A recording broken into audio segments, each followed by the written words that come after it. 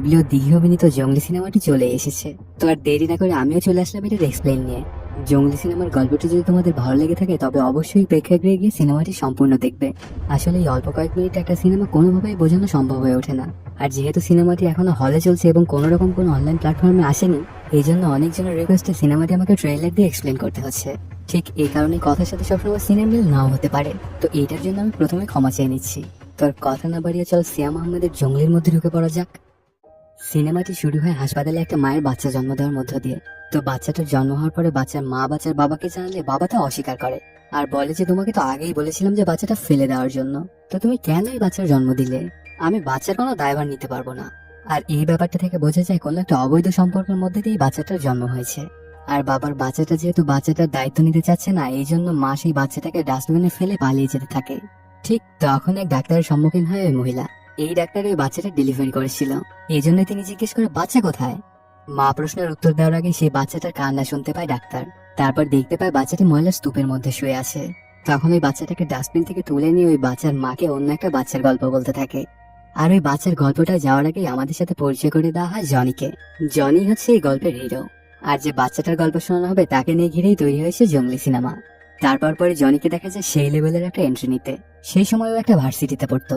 জনির একটা প্রেমিকাও আছে, ওর নাম নূপুর। আর ওকে জ্বালাতন করার জন্য ভার্সিটিতে কয়েকজনকে মারছিল জনি। তখন জনির বাবা এসে জনিকে থামায়। জনির বাবা এই ভার্সিটির একজন শিক্ষক ছিল। তো বাসা আসার পর জনির এমন কর্মকাণ্ডের জন্য তাকে অনেক করে সাজাতে থাকে বাবা। আরো বলে তোর জন্যই আজকে তোর মা নেই। এটা শুনে অনেক খেপে যায় জনি আর অনেক কথা শোনায় বাবাকে। প্রথমে বলে আমার মাথা একটা অ্যাক্সিডেন্টে মারা গেছে, আর সেইটার দোষ কিনা সারা জীবন তুমি আমাকেই দিয়ে গেছো। ছোটবেলায় আমি হতে চেয়েছিলাম ক্রিকেটার, সেটাও তুমি হতে দাওনি। আর সবসময় তুমি তোমার আদর থেকে আমাকে বঞ্চিত করে রেখেছো। তোমার মতো বাবা যেন এই পৃথিবীতে আর কারো জীবনে না আসে। পরের দিন জনি ভার্সিটিতে এসে তার গার্লফ্রেন্ড নূপুরকে তার বাবা সম্পর্কে সব কষ্টের কথা বলতে থাকে। এগুলো শুনে অনেক করে সান্ত্বনা দেয় নূপুর। এরপর ভার্সিটি শেষ হলে নূপুরকে গিয়ে বাসায় রেখে আসে জনি, আর সেও তার বাড়িতে চলে আসে। বাড়ি এসে জনি নূপুরকে বারবার ফোন দিচ্ছিল, কিন্তু কোনোভাবে ওকে ফোনে পাচ্ছিল না। এভাবেই কেটে যায় কয়েকদিন।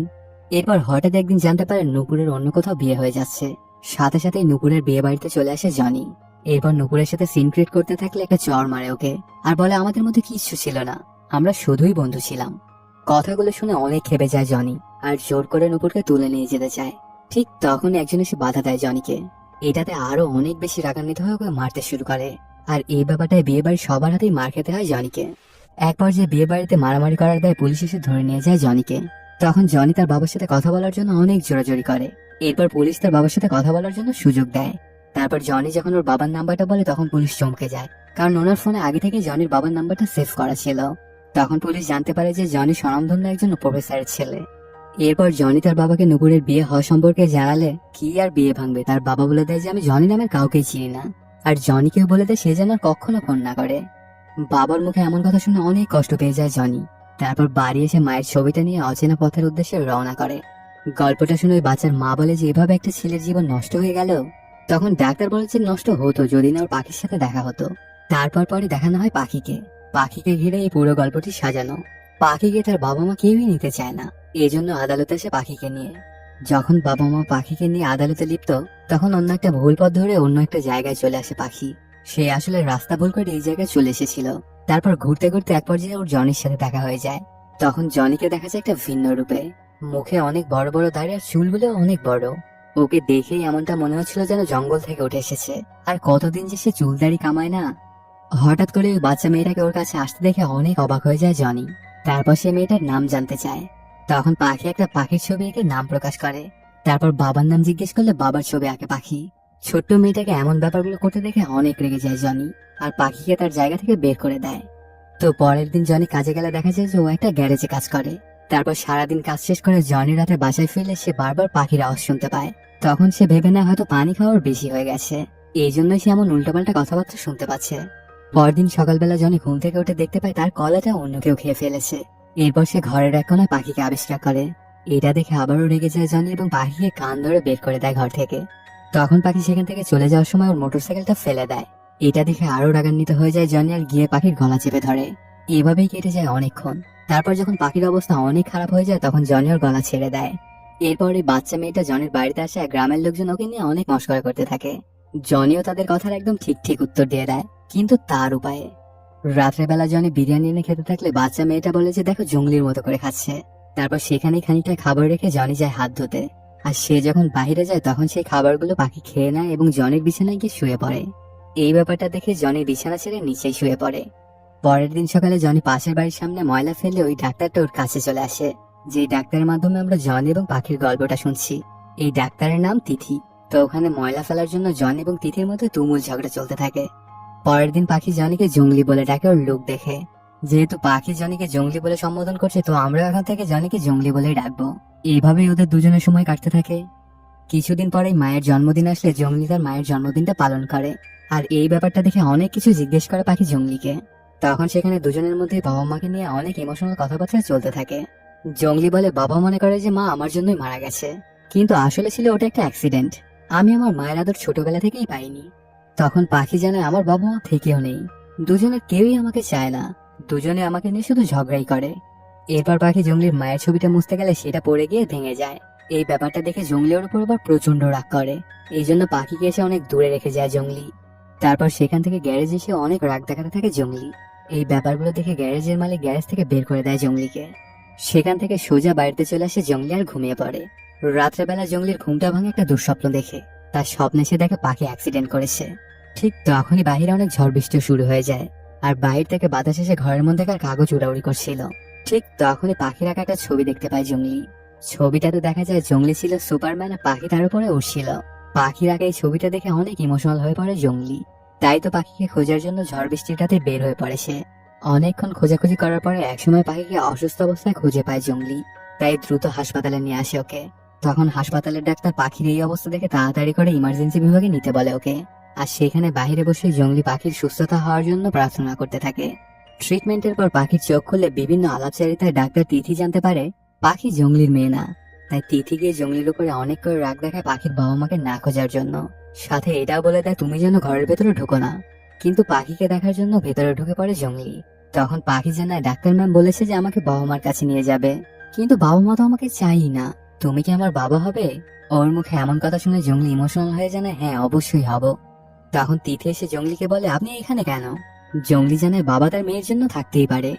এটা শুনে ডাক্তার তিথি জিজ্ঞাসা করে আপনি কিভাবে বাবা হলেন? জঙ্গলি জানায় আত্মার বন্ধনে। শুধু জন্ম দিলেই বাবা মা হওয়া যায় না, আত্মার বন্ধনও লাগে। আমার আর পাখির মাঝে আত্মার বন্ধন রয়েছে, তাই এখন থেকে আমরা দুজনে বাবা মেয়ে, আর আমাদের কেউ আলাদা করতে পারবে না। জঙ্গলির মুখে এমন কথা শুনে মুগ্ধ হয়ে যায় তিথি। এরপর হাসপাতাল থেকে আনার পর থেকে জঙ্গলি পাখির খুব সুন্দর করে টেক কেয়ার করতে থাকে। একদম পাখি যেন জঙ্গলির নিজেরই মেয়ে, যা দেখে দিন দিন জঙ্গলির উপর ইমপ্রেস হতে থাকে তিথি। এই ব্যাপারগুলো দেখে জঙ্গলের ডাক্তার তিথির মধ্যে সেটিং করে দেওয়ার প্ল্যান করে বসে পাখি। ওইদিকে তিথি জঙ্গলির উপরে আগে থেকেই মুগ্ধ, তাই তিথিও জঙ্গলির উপরে ঝুঁকে পড়ে। সময় এভাবেই কাটতে থাকে। কিছুদিন পরে জঙ্গলি যায় পাখিকে স্কুলে ভর্তি করানোর জন্য, আর সেখানে মায়ের নামের জায়গায় পাখি তিথির নামটাই বলে দেয়। কয়েকদিন পরের কথা, তিথিকে দেখতে এসেছিল এক পাত্রপক্ষ। সেখানেও পাখি এসে সবকিছু লন্ডভন্ড করে দেয়। সে এসে তিথিকে আম্মু বলে ডাকতে থাকে।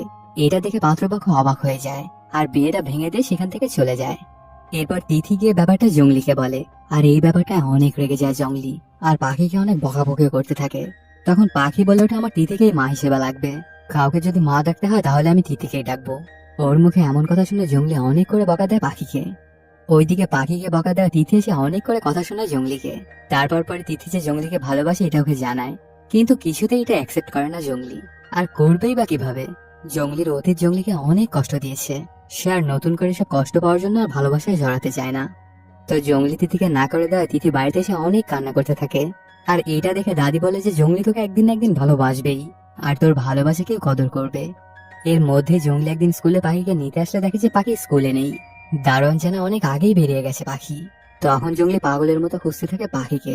অনেক খোঁজাখুঁজি করার পরে তিথির কাছে এসে পায় পাখিকে। তখন জঙ্গলি তিথির উপরে অনেক রাগ দেখায়। তখন পাখি জানে আমি তো তোমার জন্যই দাঁড়িয়েছিলাম, তুমি আসলে না, তাই তিথি আমাকে নিয়ে এসেছে। কথাগুলো শুনে জঙ্গলি তিথিকে সরি বলে। তখন তিথি জানায় মা হলে যেমনটা করতো আমিও ঠিক তেমনটাই করেছি। তিথির মুখে এমন কথা শুনে মুগ্ধ হয়ে যায় জঙ্গলি।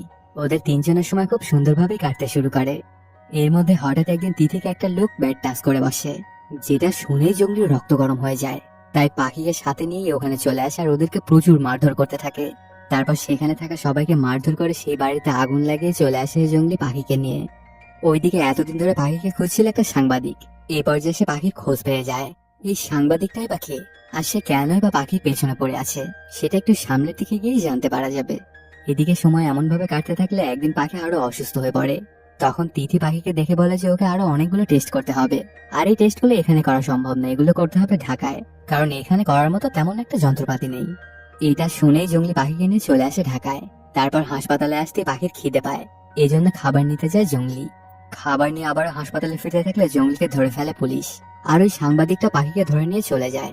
সিনেমা হলে গিয়ে যখন এই সিনটা দেখবেন তখন চোখের পানি কোনো মতেই আটকে রাখতে পারবেন না।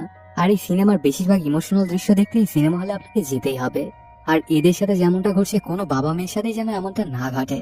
তখন টিভিতে প্রচার হতে থাকে যে পাখিকে অপহরণ করেছিল জঙ্গলি, আর ঠিক এই জন্যই পুলিশ জঙ্গলিকে ধরে ফেলেছিল। তো জঙ্গলিকে কোর্টে তোলা হলে সরকারি পক্ষ থেকে লড়ছিল অ্যাডভোকেট শারাফাত। আর শারাফাতের কথাতে সাংবাদিকটা পাখিকে ধরে আটকে রেখেছে, যাতে শারাফাত কেসটা জিতে তার নাম কামাতে পারে। এর মধ্যে পাখির অবস্থা আস্তে আস্তে আরো খারাপের দিকে যেতে থাকে। তখন সাংবাদিকটা ওকে হাসপাতালে নিয়ে যেতে চায়, কিন্তু শারাফাত ওকে একদম বারণ করে দেয় হাসপাতালে নিয়ে যাওয়ার জন্য। আরো বলে, তুমি কিন্তু আমার টাকাতেই উঠবস করো, তোমাকে যেমনটা করছিস ঠিক তেমনটা করলে তুমি টাকা পাবে, আর যদি আমার কথার বাইরে যাও তাহলে এক কানা করিও দিব না তোমাকে। আর টাকার কাছে বন্দী হয়ে সাংবাদিককে মেনে নিতে হয় শারাফাতের কথা। পরের দিন কোর্টে জঙ্গলির বিরুদ্ধে অনেক কিছু বলতে থাকে শারাফাত। পাখিকে কেন্দ্র করে অ্যাডভোকেট জনির পেছনের কিছু স্মৃতি তুলে ধরে। একসময় এটা উপস্থাপন করে যে ওর মায়ের মৃত্যুর পিছনে জনির হাত ছিল। ওইদিকে পাখির অবস্থা আস্তে আস্তে আরো খারাপের দিকে যেতে থাকে। তখন সাংবাদিকটা শারাফতের কথার কোনো তোয়াক্কা না করে ওকে হাসপাতালে ভর্তি করে। এদিকে কোর্টে জনিকে নিয়ে বদনাম রটাতে থাকে সেই লোকটা যে পাখিকে ব্যাড টাচ করেছিল। তখন সে বলে পাখিকে রুমের মধ্যে আটকে নিয়ে জনি ওর সাথে নোংরা কাজ করত। সবকিছু মিলে অ্যাডভোকেট জনির দিকে অপরাধের বিশাল পাহাড় বানিয়ে ফেলে নিজের স্বার্থের জন্য। ওইদিকে পাখিকে আইসিইউতে শিফট করা হয়, কারণ ওর অবস্থা আস্তে আস্তে অনেক খারাপের দিকে যাচ্ছিল। পাখির অবস্থা যখন আরো খারাপের দিকে যেতে থাকে তখন এই সাংবাদিকটা লাইভে আসে, আর অ্যাডভোকেট শারাফাতের মুখোশ খুলে দেয়। সাংবাদিকের লাইফটা দ্রুত ছড়িয়ে পড়ে চারিদিকে, যা চলে আসে কোর্টেও। তখন জজ কোর্টে লাইভটা প্লে করতে বলে। সেখানে দেখা যায় লাইভে ডাক্তার জানায় পাখির হার্টে ফুটো আছে, যা কিনা ওর জন্ম থেকেই। ডাক্তার আরো বলে মেয়েটা জঙ্গলি নামের কাউকে একটা খুঁজছে, তাই জঙ্গলিকে এখনই না নিয়ে আসলে ওর অবস্থা আরো খারাপের দিকে যাবে। এরপর সাংবাদিক আরো অনেক কিছু বলতে থাকলে কান্না করে দেয় জনি, আর সে তখন লাইভটা বন্ধ করতে বলে। তারপর কোর্টে পাখিকে নিয়ে অনেক ইমোশনাল কথা বলতে থাকে জঙ্গলি। একসময় সে কোর্টে হাত জোর করতে থাকে পাখির কাছে যাওয়ার জন্য। জজ সাহেব জনির সব কথা শুনে ওকে মুক্ত করে দেয়। তখন জনি সেখান থেকে দৌড়ে সোজা চলে আসে হাসপাতালে, যেখানে পাখিকে রাখা হয়েছিল। এরপরে গিয়ে পাখির পাশে গিয়ে বলতে থাকে, তোর জঙ্গলি এসেছে, চল ঘুরতে যাব। তারপর জনি জনি কবিতাটি বলতে থাকলে ওর রেসপন্স করতে করতে মারা যায় পাখি। এই ব্যাপারটাতে আরো বড় ধাক্কা খেয়ে যায় জনি, সে আবারও একা হয়ে গেল। তারপর জনি পাখিকে কোলে করে হাসপাতাল থেকে বাইরে নিয়ে আসে। পাখির জন্য কাঁদতে থাকে সবাই। এরপর পাখিকে কবরস্থ করা হয়। তারপর পরে জঙ্গলি গিয়ে ওর কবরটা খুঁড়ে ওকে বের করতে থাকে। একজন বাবা তার অপ্রাপ্তবয়স্ক সন্তানের মৃত্যু কোনোভাবেই মেনে নিতে পারে না। পাখির মৃত্যুর মধ্য দিয়ে ওই মাকে বলা জঙ্গলি এবং পাখির গল্পটা শেষ করে তিথি। তখন সেই বাচ্চার মাটা জঙ্গলি খোঁজ করতে শুরু করে। তারপর তিথি জঙ্গলিকে নিয়ে আসে সেখানে। দেখা যায় জঙ্গলি অনেকগুলো বাচ্চাকে নিয়ে বেঁচে আছে। ওই মহিলার কোলে ওই বাচ্চাটাকে দেখে বলে যে ওকে কি এখানে রেখে যাবেন? মা জানায় না, ওর মাও আমি আর বাবাও আমিই হব। এরপর জঙ্গলি ওনাকে জিজ্ঞেস করে নাম কি রাখবেন আপনার বাচ্চার? মা বলে পাখি। তখন জনি অনেক ইমোশনাল হয়ে পড়ে, আবার খুশিও হয়। আর এর মাধ্যমে শেষও হয়ে যায় সিনেমাটি।